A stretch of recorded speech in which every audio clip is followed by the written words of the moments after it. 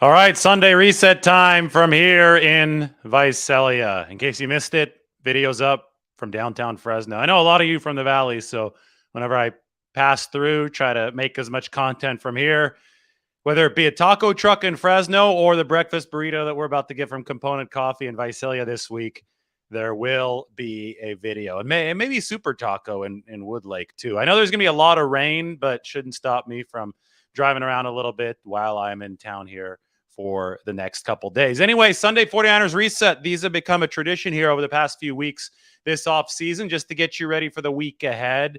Last week, obviously, at this time, we were bracing ourselves for free agency, and it hit us like a tsunami on Monday.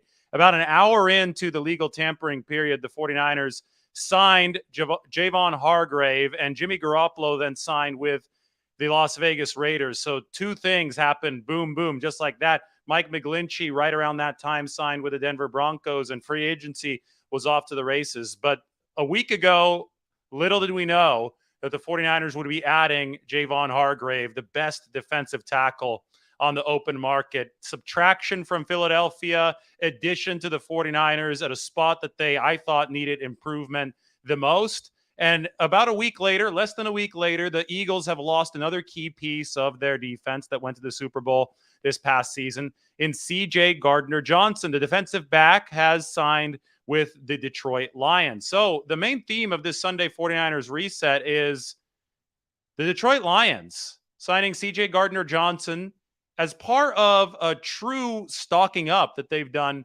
over the course of the past week. This is what the Lions have done.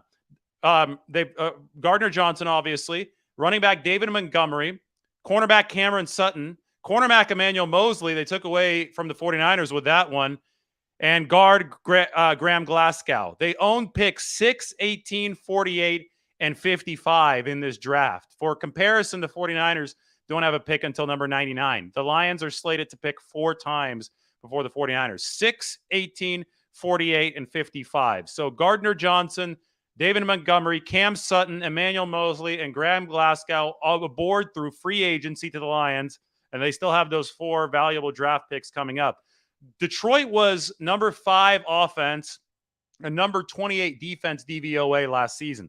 They just narrowly missed the postseason. If the Seattle Seahawks hadn't beaten the Rams in that close game in the final week of the regular season, the Lions, with their win of the Packers, would have made it. And they would have made it on the strength of their offense, which obviously was good last year. Jared Goff had a nice season. The defense, though, wasn't good. So all the signings, including the Gardner-Johnson one that I just talked about, most of those signings have been directed at the defensive side of the ball. If Detroit can establish more balance, then they can stack up well with some of the better rosters in the NFC. I think the 49ers are still set to have the best roster in the NFC because they've only lost B and C list talent so far. You have to believe in the 49ers' ability to use these last 30 slots on their roster. They have 60 of 90 slots filled. You have to believe in their ability to find good replenishment talent for those B and C list players that they lost in free agency. That's looking at the 49ers situation in general. Another generic, bird's eye look says that they have Javon Hargrave now, and they didn't have him last year. So, and they have Isaiah Oliver now. They didn't have him last year. All these players are, dedicated craftsmen at specific positions that the 49ers, I think, really needed last year. And they got a good pinch hit appearance from Jimmy Ward at nickelback, but Isaiah Oliver is more of a natural in that position. They didn't really get good pinch hit performances from anybody at defensive tackle, but Javon Hargrave is one of the best pass rushers from the interior in football. And obviously there have been smaller signings for the 49ers on the defensive side of the ball. Miles Hartsfield yesterday, that's going to give them some depth that is versatile on the back end. And I think they probably still need to add another capable cornerback, but hey, they have 11 draft picks. So the 49ers from a frontline perspective are looking pretty damn strong. I have talked a lot about the right tackle position and the need for more offensive line depth. And I think that the 49ers are obviously going to try to address that over the final 30 slots that they have to fill here of the 90-man roster. But in general, there's nobody in the NFL that's saying, the 49ers aren't going to be good anymore. That roster is going to be bad. I think that the Hargrave addition signaled something very clear, that they're planning to restock, and they're planning to come back even stronger this next year as far as star power goes. So you look at the Niners roster, and then you start comparing other NFC rosters to it. The Eagles have obviously lost a lot of frontline power. And when we look at the Detroit Lions, who just saw an addition thanks to the Eagles' loss in Gardner-Johnson, I think they've gained a considerable amount of frontline power. So the Lions, if they could bring that defense up to even like number 20, preferably 15 or above, yes, they can be a legitimate threat to the best rosters in the NFC, and that includes the 49ers. The Eagles, meanwhile, this was a balanced team already last year, obviously, right? They were in the Super Bowl. They gave the 49ers a really tough afternoon. We'll put it that way in Philadelphia. And the 49ers began this offseason looking to be in an arms race with Philly. Well, the Eagles have lost more frontline power than the 49ers. That trend continued today. And I'm just wondering what that pecking order next year, roster strength-wise, is going to be at the top of the NFC. Obviously, you have the Dallas Cowboys. They made that Brandon Cooks trade today. So the Cowboys aren't going to go anywhere as far as talent, and strength of talent in a roster. Those guys seem to be at the top every year when it comes to name recognition, but then they never win in the playoffs. So that's a separate story. But still, you got Dallas is going to be in the mix. 49ers obviously aren't going anywhere. The Eagles, you still have to consider them because they're going to be defending NFC champions despite what they have lost. And then obviously the Detroit Lions, who we're talking about right now, entering the fray. So that's the news of the evening. I'm curious to see how the NFC rosters stack up against the 49ers too. But I can tell you that there has been movement, and we might be seeing a broadening of the pool at the top of the NFC next year. It really was the Niners and the Eagles, with maybe the Cowboys as an outside threat last season. Nobody else was really up to the challenge. Well, now the Detroit Lions, I think, objectively are stronger than they were, and they were already a rising stock at the end of last season. And a team like the Seattle Seahawks is probably going to mature, right, heading into this next year of contention. Last year, they were viewed as upstarts. Well, you got to expect somebody like Seattle to step in. So I think the NFC just will be a little bit more balanced. It won't be quite as top heavy as it was last year based on this first wave of free agency, but there still is a lot to check out. We learned Daniel Brunskill's money with the Tennessee Titans. Let me see if his contract is up on over the cap. Would be nice so we could see. Yep, it's there. Daniel Brunskill with Tennessee. So I'm going to get this up on the screen for you. And then we're going to go our position by position look through the 49ers roster as we enter the second week of the new league year. Okay, here we go. There we go. Daniel Brunskill, Tennessee Titans, 2 years, 2023, 2024. Looks like the base salary is at the league minimum this year, but he got a $1 million signing bonus. Salary escalates next season, but there's nothing guaranteed then. The guaranteed money comes in the first year, $500,000 of the base salary plus the $1 million signing bonus. So 1.5 mil guaranteed for Daniel Brunskill with a cap number of about 2 million this year. I think surprisingly affordable considering the fact that the 49ers wanted to keep Daniel Brunskill, but assuming that the 49ers offer was similar to what Tennessee's was, I have to think that Daniel Brunskill was told by the Tennessee Titans that he's going to have either a really good chance to start or essentially a guarantee to start on their offensive line. That obviously wouldn't have been the case with the 49ers because Brunskill didn't start last year. He was their sixth offensive lineman, and he really platooned with Spencer Burford. He played about 40% of the snaps at right guard, and Burford have got about 60% of the snaps. So looking at the natural progression of things, I think the 49ers had first-year starters at left guard, at center, and at right guard last year, and Aaron Banks, Jake Brendel, and Spencer Burford. And I think they want to run it back with real continuity there, left guard, center, right guard, get a second year starting for those guys under their belts, and have Spencer Burford actually take over all of the snap load this season. And if that is indeed in the 49ers' plans, then Daniel Brunskill, who's getting up there in age now, Daniel Brunskill is 29 years old. So after this contract, he'll be 31. It'll probably be one really good chance for him to truly cash out in free agency. He's going to want a starting opportunity that's firm. And Tennessee probably offers that to him. So say that Brunskill shows up, plays for the $2 million cap number this year, plays well, plays for a $3.4 million cap number next year, plays well again. it could be before that contract's even up that he re-signs with the Titans for bigger money, or he sets himself up for a truly big paycheck at age 31. So Brunskill saw, I think, the path to a more lucrative career through Tennessee, where Rand Carthon, the 49ers former talent evaluator, is. Carthon did such a good job running that 49ers, essentially running that personnel department.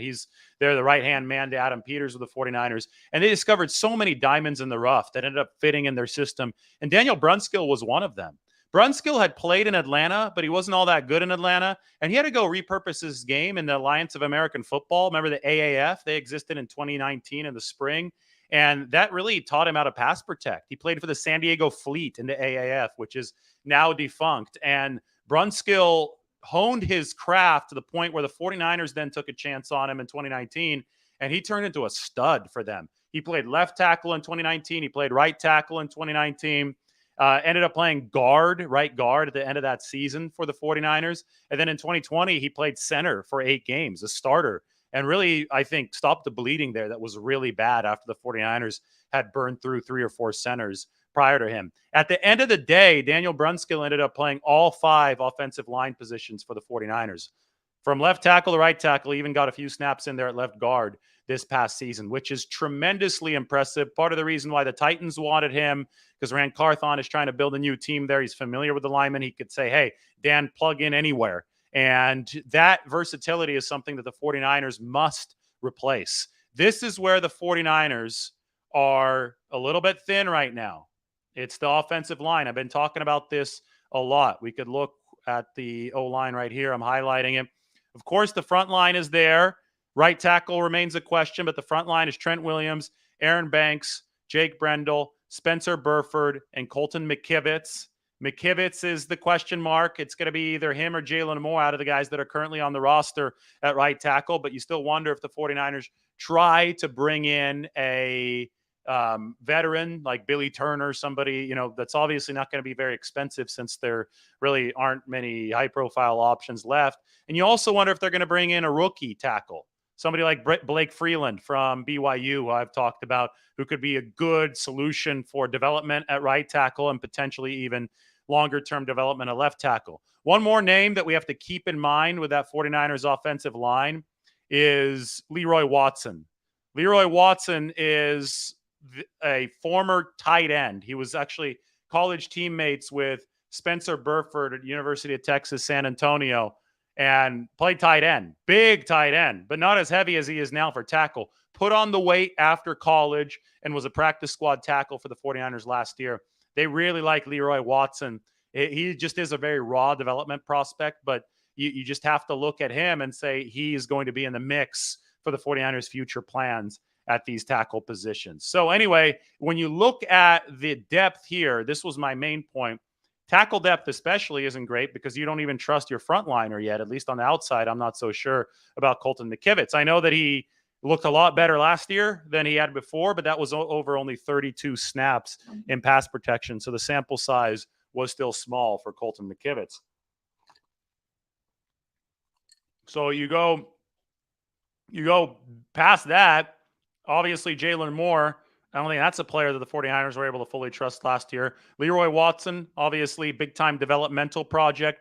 Alfredo Gutierrez is their international international exception signee, who's going to be in his 3rd year of international exception eligibility. Played his college football in Mexico. Those are your tackles for the 49ers. Daniel Brunskill's no longer there to help put out a fire. So that's a position group where the 49ers definitely need to find a way to get deeper over this 2nd, 3rd wave of free agency and over the NFL draft where they're going to have 11 picks. Tomorrow morning, I'm going to have a big article up on The Athletic talking about the 49ers offensive line and their plan there. I think, it's people put this in black and white terms. They either like what the 49ers are doing or they totally freak out and they say that they aren't doing enough along the offensive line. I'm just explaining what they're doing. They're playing this from a cost-effective standpoint because they don't have cap space to go big on an overpay at right tackle. If they would have had the room to do that, they would have dished out $90 million to Mike McGlinchey. Instead, Denver paid him $87.5 million. The 49ers believe they can get stronger in pass protection at right tackle while paying less. I think that's a sound business plan. Now, whether or not they can execute it is going to be the question of this offseason, because I think you do need to execute that plan successfully with so many questions at the quarterback position. Now, a lot of people are like, oh, they got so many quarterbacks injured last year. The offensive line had to be terrible. It's like, go and look through the actual injuries of the quarterbacks. The Lance injury in week 2 was not the O-line's fault.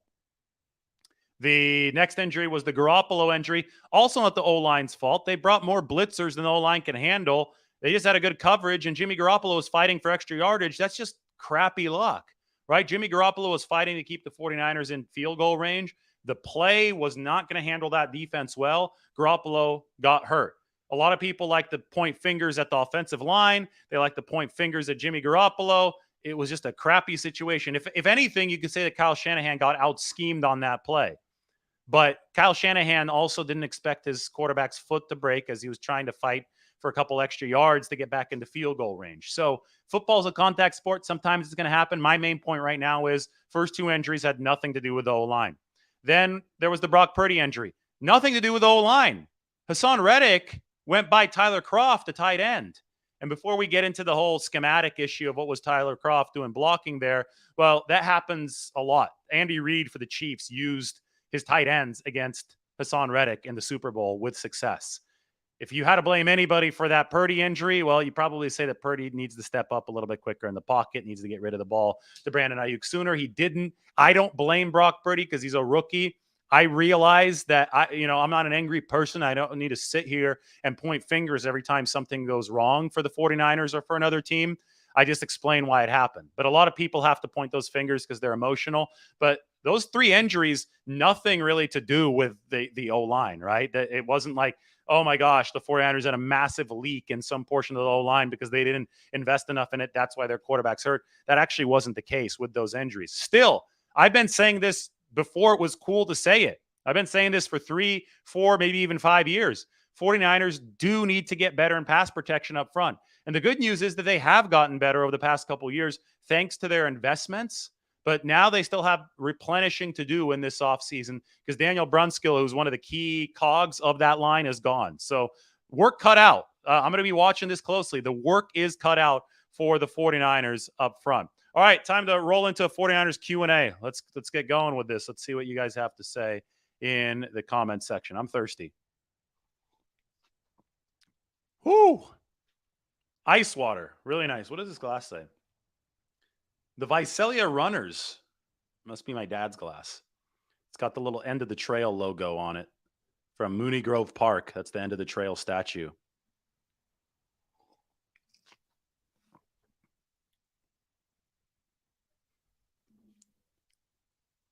Hell yeah. Subscribing to The Athletic. I like that. So if you did subscribe, that big piece on the 49ers O-line is coming out tomorrow morning. So I do hope that you have a chance to check it out. Thoughts on the Brandon Cooks trade to the Cowboys? Well, Dallas always likes to talk about, oh, we don't have enough weapons for Dak Prescott. Remember the Dallas Twitter account? I think it was like their official team site. Went out and posted after the 49ers game, the loss to the 49ers in the playoffs, that the Cowboys lost in a game where the 49ers skill position talent outshined Dallas. Something crazy. Like, you never see a team's own account like just putting its own front office on blast. It was kind of nuts to me when I saw that. It made me do that double take. Anyway, Dallas was saying that CeeDee Lamb and Dalton Schultz, and I guess after Pollard went down, they didn't have him. But I guess they were saying that those 2 targets in the past game weren't enough. So Dallas feels that it needs another receiver on top of CeeDee Lamb. They're going to get Brandon Cooks, who's been in relative obscurity down in Houston because they haven't been good recently.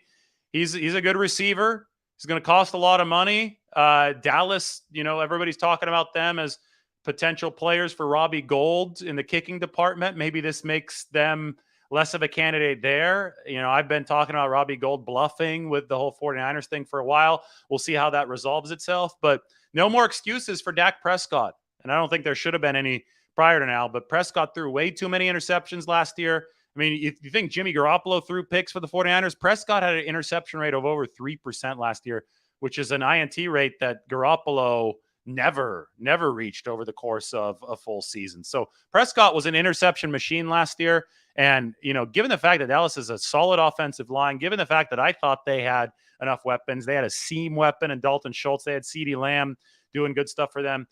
Prescott should not have thrown that many picks, yet he did. But now they have Brandon Cooks for him, so we'll see if that helps the Dallas Cowboys.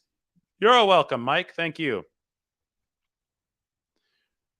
People talking about Jason Poe on here. Eddie's asking, how was Shaver? Shaver was good, but then, this storm is about to hit again, and the road started sinking. Like Highway 168 started sinking. It was down the one lane, and we were like, oh, we better get out of here before we get stuck up here. Because if I get stuck up in Shaver, well, I guess I could just do videos indefinitely. But, if that road gives way, there would be no on-location videos for a long time, right? I mean, I would do on-location videos from the mountains. I get it. But you guys like taco trucks, you guys like In-N-Out Burger, you guys like all these San Francisco spots. There are a lot of exciting cities up on the docket, so I couldn't risk getting stuck in Shaver. Next city, I'm going to do Visalia here next couple of days. I'm going to do, maybe Exeter, Woodlake. Maybe I could do Red Banks. That'd be cool. A little ghost town off of the former railroad tracks by the canal. Maybe I could do that. Maybe I could go up in the foothills, check out Yokel Valley. Problem is the weather is not going to be good. But after that, I'm going to fly down to Vegas on Wednesday. That's going to be fun. If Jamie is watching, my buddy Jamie, going to go check out his place, which is sweet. We'll do a video from there as well. Did New Year's over at Jamie's place. It was good. He's a big time 49ers guy. So we'll say hi to him when the channel makes its way to Las Vegas. And then after that, it's going to be the NFL owners meetings in Phoenix. So from Vegas to Phoenix, then we're going to go Phoenix to Nashville. Then we're going to go Nashville to Charleston, South Carolina, Kiowa Island, back to Nashville, might dip into San Francisco, and then it's time to get married in May. So it's going to be a good couple months here, and we'll make sure the channel's everywhere. Probably not at the wedding, though. We probably won't do any videos on that day, so it'll be good. Rocky Hill. Nice. I love that. Snow on Rocky Hill, I understand, a couple weeks ago, but I wasn't here. Think that Minnesota is going to win the North? You don't think that the Detroit Lions are ready to kick their ass? I like the Lions. I mean, I think Minnesota is just such an uninspiring football team. Kirk Cousins throwing short of the sticks on fourth in the season against the New York Giants was flat out embarrassing. I can't ever get up and get excited, when somebody tells me that the Minnesota Vikings are going to win a division or win a championship or something like that. They just a flat team to me. I mean, it was the worst 13-win team that we had ever seen this past year. They got so lucky in so many of those one-score games. I personally like Detroit over Minnesota, and obviously Aaron Rodgers not going to be the quarterback of the Packers anymore, so that could also open the door for the Lions. I know the Bears have been doing a ton of investment as well, so you got to look at that. That NFC North is going to be a fun division to watch. Let's put it that way, just because there are going to be, I think, moving pieces in the pecking order of that division. Yeah, I didn't think that Lamar Jackson was going to go anywhere from the start of this, because I think Baltimore is going to match any offer that he might get. Doesn't get an offer, well, he's going to have to play for $32 million this year. Worse things have happened to people than having to play for $32 million on a tag, or he can negotiate a deal still with the Ravens if he doesn't like that. If I'm Jackson, though, $32 million for one season, you don't get the long-term injury guaranteed security, right, beyond one season, but that's still a lot of money for one season, considering that you do get to sit down the next year and either force a more expensive tag from the Ravens or negotiate with the open market. It's not really an open market this year. It's an open negotiating market, but the Ravens can still match anything that Lamar Jackson is offered by another team. Best Chinese food in San Francisco. Wow, this is a good one. You head up into Chinatown and there are so many places. Back when I used to come into the city, I didn't live there. I would always go to the House of Nanking, which is on Kearney and Columbus. But there are so many more places on top of that you could hit up now. And if you want, slightly more elevated fare, I love China Live. It's like the Italy of Chinese food. It's over there on Broadway by Sam's, the burger spot that I hit up all the time. So you could go hit up China Live restaurant, get a reservation, restaurant on the bottom floor. But any of those places on Pacific, on Jackson, on Washington, There's a lot of good food in Chinatown, but House of Nanking or China Live would be my two, just surface level recommendations. There's also a dim sum place literally in the shadows of the Transamerica Pyramid that's called City something. Trying to remember the name, but it's also really good. That's right on Washington, I believe, under the Transamerica Pyramid. Yeah, probably not any money for Brian Burns because you'd have to re-sign him. He's entering that fifth-year option year, and I think he's going to want a new contract. Somebody like Yannick Ngakoue, that name is going to keep on floating around 49er circles as long as he's available. I just don't know how much he's going to demand because he's still rushing the passer effectively. I think Justin Houston's still available too. The edge rusher market I thought was going to get going quicker after all the Niners guys, the ex-Niners guys signed, and Amenahu, Ebukam, and Arden Key, but it really hasn't taken off. So we'll see what happens. Who's bigger physically? Oliver. Isaiah Oliver is bigger than Diamador Lenora. Oliver is 6 foot, and he's got the 205, 210. I mean, this is a thick corner who is, I think, just built really naturally for that slot position. Whereas Diamador Lenore really showed that he was ready top end speed wise for the outside corner position down the stretch of this season. So I think you're going to see Lenore on the outside and Isaiah Oliver in the slot.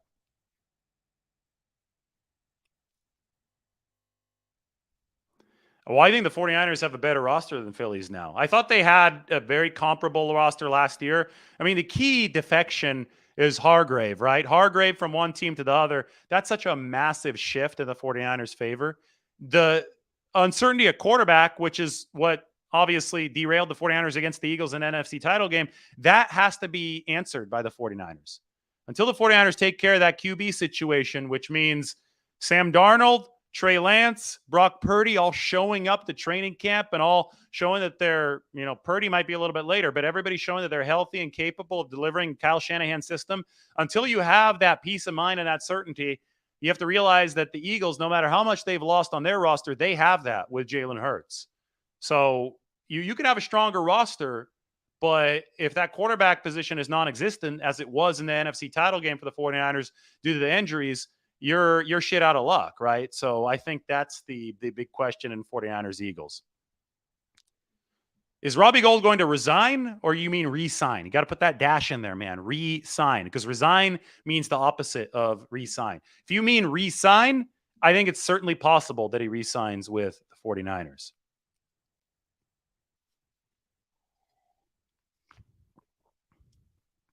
All right, more questions? Yeah, this is a good point. The longer these guys remain unsigned, the more favorable you would think the market to the teams is. I would just like to see a little bit more of a run on other veteran edge rushers who will be signing short-term deals, because that puts some pressure on the player, right? There's still a lot of guys out there. It could still actually be a player's market in that they're just staring each other down, waiting to see who goes first and then try to one-up the other guy with money. So at this point, we're still early in this whole process. Free agency opened just a few days ago. Hasn't even been a week yet. So I think patience really is required. How's the skiing? Skiing was really good. They had to close the resort today because I guess some building collapsed and the power went out. So I was there for the day where it was sunny. It was open. There was a lot of snow, obviously record amounts of snow hitting the Sierra Nevada right now. Flying over it was awe-inspiring when I flew in from the East Coast the other day, but had a good time skiing, got a little bit of a tan. It's March already. It's late March now here in California, back half of the month. Spring is going to officially start here in a couple days, March 21st.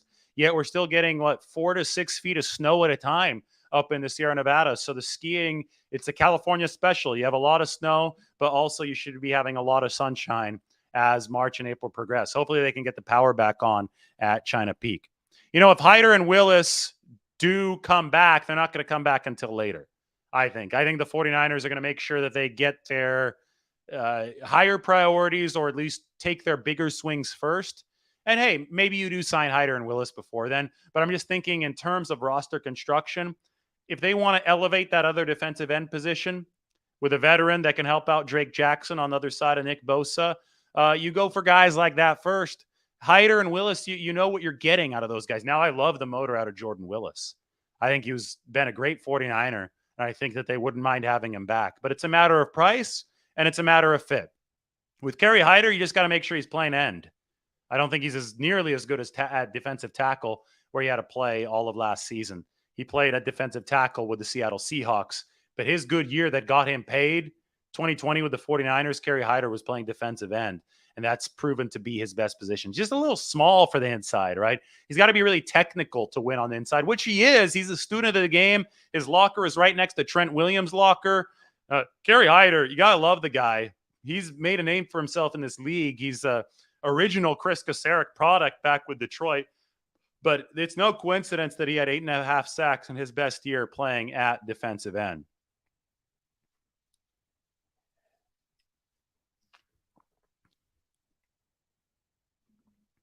With how the Eagles built the D-line around Hargrave, is it important to sign deep depth on the D-line? Yeah, absolutely. I think it's important, you don't have to go A-listers, which is what I'm telling people. Everybody's like, A-list bookend to Bosa, A-list bookend to Bosa. Like, guys, the 49ers don't really have money for that. Maybe they can squeeze their way into somebody like Yannick Ngakoue, but you can't count on it. But even if you don't have him, you do have Bosa, you do have Hargrave, and you do have Chris Kasarik. And Hargrave is the rising tide that lifts all boats. He was that for Philadelphia. He can be that with the 49ers. Chris Kasarik is a rising tide that lifts all the boats. At some point, you have to trust your A-list talent and your coaching staff and your scheme, and you can't just go and pay for everybody that's out there, because at the end of the day, there aren't even the guys that are out there aren't, I don't think, necessarily A-plus elite anymore. Even Yannick Ngakoue. Justin Houston, definitely not. He's old, right? So it's not like Joey Bosa is out there waiting to be picked up by the 49ers. He's under contract with the Chargers. So sometimes you have to make it work a little bit more creatively. And getting Hargrave is a huge boost in eventually being able to do that, to get it to work a little bit more creatively. Yeah, exactly. Here, a guy like Dante Fowler Jr. might be a player who can fit in as depth. It's going to be something like that for the 49ers if it's something as high recognition as that. If you get a name profile kind of guy, it's going to be somebody like Dante Fowler, maybe Yannick Ngakoue on kind of some kind of special discount, because at a certain point, the 49ers cap situation is the 49ers cap situation. I had the salary cap update earlier today, and I get it. This is the Sunday 49ers reset, so maybe I should give you guys another cap update. About $5 million in salary cap space for the 49ers.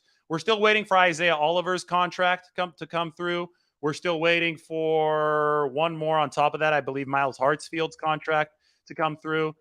But I can estimate, based on what I think those numbers will be around ballpark-wise, I can estimate that the 49ers have about $5 million left, which makes it tough to just go and splurge on an edge rusher, just because you still need depth along the offensive line. Everybody wants a right tackle too. Well, you can't have it all. And that kicker situation is still unresolved. Do they end up drafting somebody? Do they try to get Robbie Gould back at their price? You have to be smart with finite resources in the National Football League. All right, where are we at right now with these contracts? See, Isaiah Oliver and T.Y. McGill, their full numbers are still not available on Over the Cap. It's taking a while for Isaiah Oliver's numbers to come through. Mike was complaining on Twitter the other day. He was like, why is it taking so long for Isaiah Oliver's contract numbers to come through? And he was the one complaining, not me, but I'm complaining now. I agree with Mike. We need Isaiah Oliver's contract numbers. Is this going to be $4 million a year? Are they going to find a way to backload it to make it only a $2 million cap hit? That's what I'm operating with in my head. Probably somewhere between $2.5 million cap hit year one for Isaiah Oliver. So you take a look at the Niners cap situation right now. I think it's officially like $9 million. So take away 2.5, and then you add the McGill signing, top 51 rule. That's why I estimate $5 million. But I'll have a firmer update for you over the course of the week. That's why you should like the video and subscribe to the channel so we can talk about that. The 49ers currently have 60 players under contract, 30 more. So there's still a long way to go. Or as our Matt Barrows would say, after the Miles Hartfield signing, the 49ers still have miles to go. Incorrect spelling on Miles, but correct spelling on the name, and pun intended. Both of those things are on purpose. Matt Barrows does have the dad jokes. He's a good follow, though, on Twitter. All right, more Sunday 49ers reset. Let's go back to the Q&A, see what everybody's saying. Kinlaw's depth at this point, and that's fine. Would you rather have better depth or worse depth? think Kinlaw could be some pretty damn good depth for the 49ers. So they want is a good, strong defensive line that comes in multiple waves. Willis did play, and he's a decent pass rusher. There were some nice plays from Jordan Willis this past year. He got that fumble from Taylor Heineke in the Washington game. Had some nice rundowns to the edge. He's a big-time special teams force, obviously. Had the punt block, the famous punt block. We called it the block against Green Bay that led to the Talanoa Hufanga touchdown. Jordan Willis is a good football player. Also just a super humble guy. His press conference the week after the Green Bay game, after he refused to do a press conference right after because he didn't want to take the spotlight off of his teammates. That was some inspiring stuff. So Jordan Willis is popular in the locker room. He's a good dude for that locker room.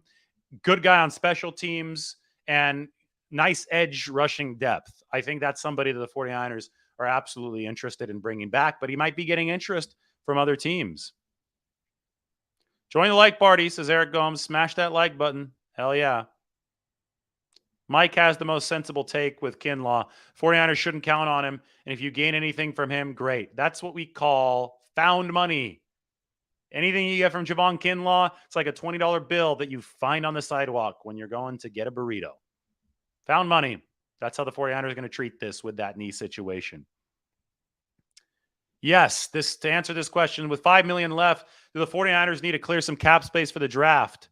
They do, because even if the most 51 expensive players are the only ones that count in the offseason, the draft is going to have some players that are more expensive than the bottom of that list. So probably only going to need a couple million to sign that draft class. So theoretically, you could fit everybody under, but you still also have veteran signings to make. You're not going to fill the rest of this roster with 30 rookies. You're only at 60 out of 90 spots right now.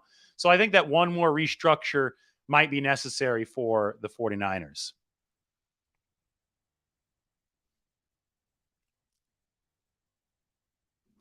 Who do I think the 49ers draft first? Maybe Blake Freeland, tackle from BYU. Might have to move up a little bit for him. 6'8", athletic as hell. You need a tackle. I don't think you could put that developmental project on hold until next year. Trent Williams only getting older. And that right tackle spot is a question mark. So I love Blake Freeland from BYU, but his stock, I think, seems to be rising because he was a good tester athletically. So maybe that's somebody that you package some picks up for. Originally, people were talking about him as a 3rd to 5th round guy. I just don't buy that kind of athleticism at 6'8" is going to be waiting on the board that long. So maybe somebody like that, but the 49ers can absolutely trade up in the NFL draft. I would not put it past them with 11 picks this season and nothing right now before number 99.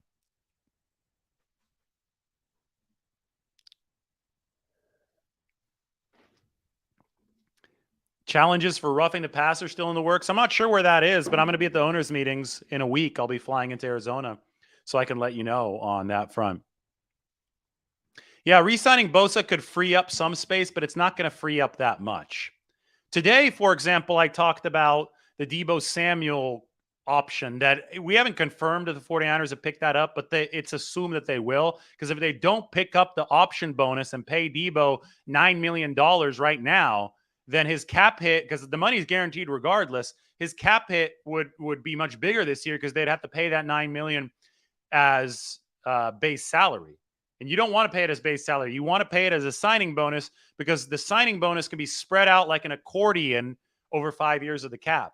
So today, tomorrow, whenever banks are open is the deadline for the 49ers to send over $9.2 million to Deebo Samuel to open up some cap room. My point is you can open up about $9 million with Deebo Samuel's maneuverings. You can't do that with Nick Bosa's. Because even if you extend him to a mega deal, he's got a $17 million number this year on the 5th-year option. A mega deal is going to require a lot of guaranteed money. Nick Bosa deserves it. 49ers can pay it. But in terms of the cap, if you're giving him a massive signing bonus, yeah, that proration might be big. But a chunk of it, a good 5th or a 6th of it, depending on how you structure the deal, still has to hit here in 2023. And if the deal is truly massive, as we all expect it to be, it's going to be mathematically impossible for Bosa's cap hit to get that much smaller. It will get a bit smaller than it is now with the extension, but it's not going to save them $10 to $15 million. It just won't. It's impossible to run for the numbers that long. So Re-signing Bosa will help, but the 49ers are still a little bit tight on the salary cap right now. Nothing wrong with that, but I'm just telling you where they are, and they have to continue managing this very smartly because you don't want to end up like the Rams did this offseason, cutting people 2-3 years down the line just because you have to get under the cap.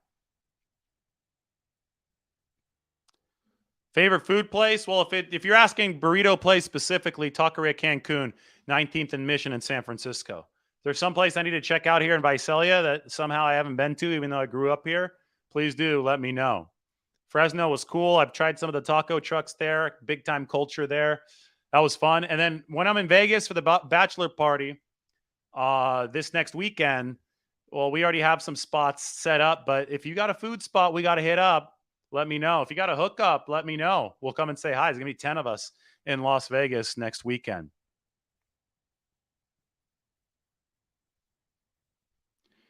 What do you think is keeping Lynch up at night right now?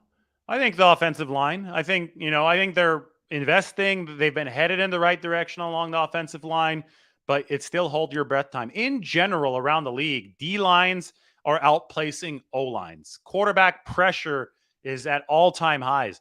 The NFL went through more starting quarterbacks this past season amongst all 32 teams than it ever had before. It set a record, which just shows you that QBs are getting hurt. QBs are getting rattled. Offensive lines are getting overwhelmed. I remember Brian Kelly telling me a couple years ago, because Brian Kelly's LSU's coach now was with Notre Dame. And after I talked to him a couple times after the 49ers drafted Mike McGlinchey and after they drafted Aaron Banks, because Brian Kelly was their coach at Notre Dame, both of those players.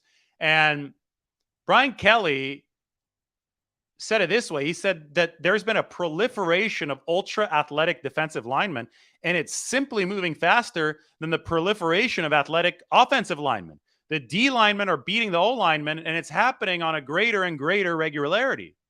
And, you're seeing that happen. So everybody's upset about their O-line in the NFL. Every single team, maybe except for the Chiefs, who have struck gold with that offensive line. They stymied Philadelphia. But the Chiefs are the model that I always talk about. Article I have coming out tomorrow morning on The Athletic, I talk about the Chiefs model.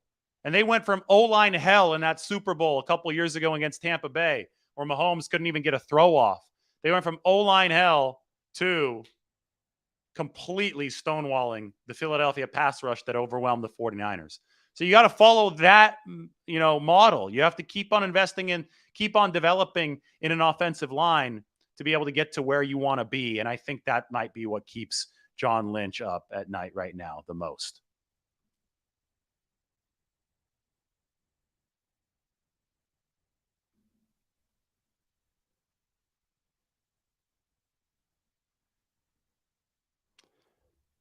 Mahomes is not the exception, though. Mahomes didn't do anything in the Super Bowl in 2000 and what was it? It was the 2020 season when the Chiefs had a terrible O-line. They're all hurt, and the Bucs overwhelmed the front. Even Mahomes needs a good offensive line, right? So I don't think Mahomes is the exception. I think that you have to have I think Mahomes is the best quarterback in football. No question about it. But even the best QB in football can't make it work with a substandard line, especially with how good these D lines are right now. Absolutely. He's the most efficient quarterback in football by miles when you look at some of these metrics. It's really cool to see where Patrick Mahomes is in relation to everyone else. How do I keep my weight in check? You got to swim a lot. It's the only way you do it. In cold water. I didn't get in the lake this weekend, but it's one of those things where I think the water is the best thing in the world for you. It's got some divine properties, especially the cold water. They say that it has tremendous health benefits, so I try to do a lot of that.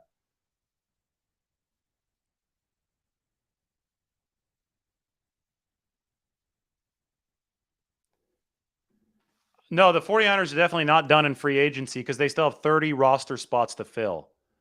They have 60 players right now, and the limit is 90. They got to get it up to 90. Now, the draft, they've got 11 picks. Assume they use all 11. That's 11. Maybe 10 more undrafted free agents. That's 21 total.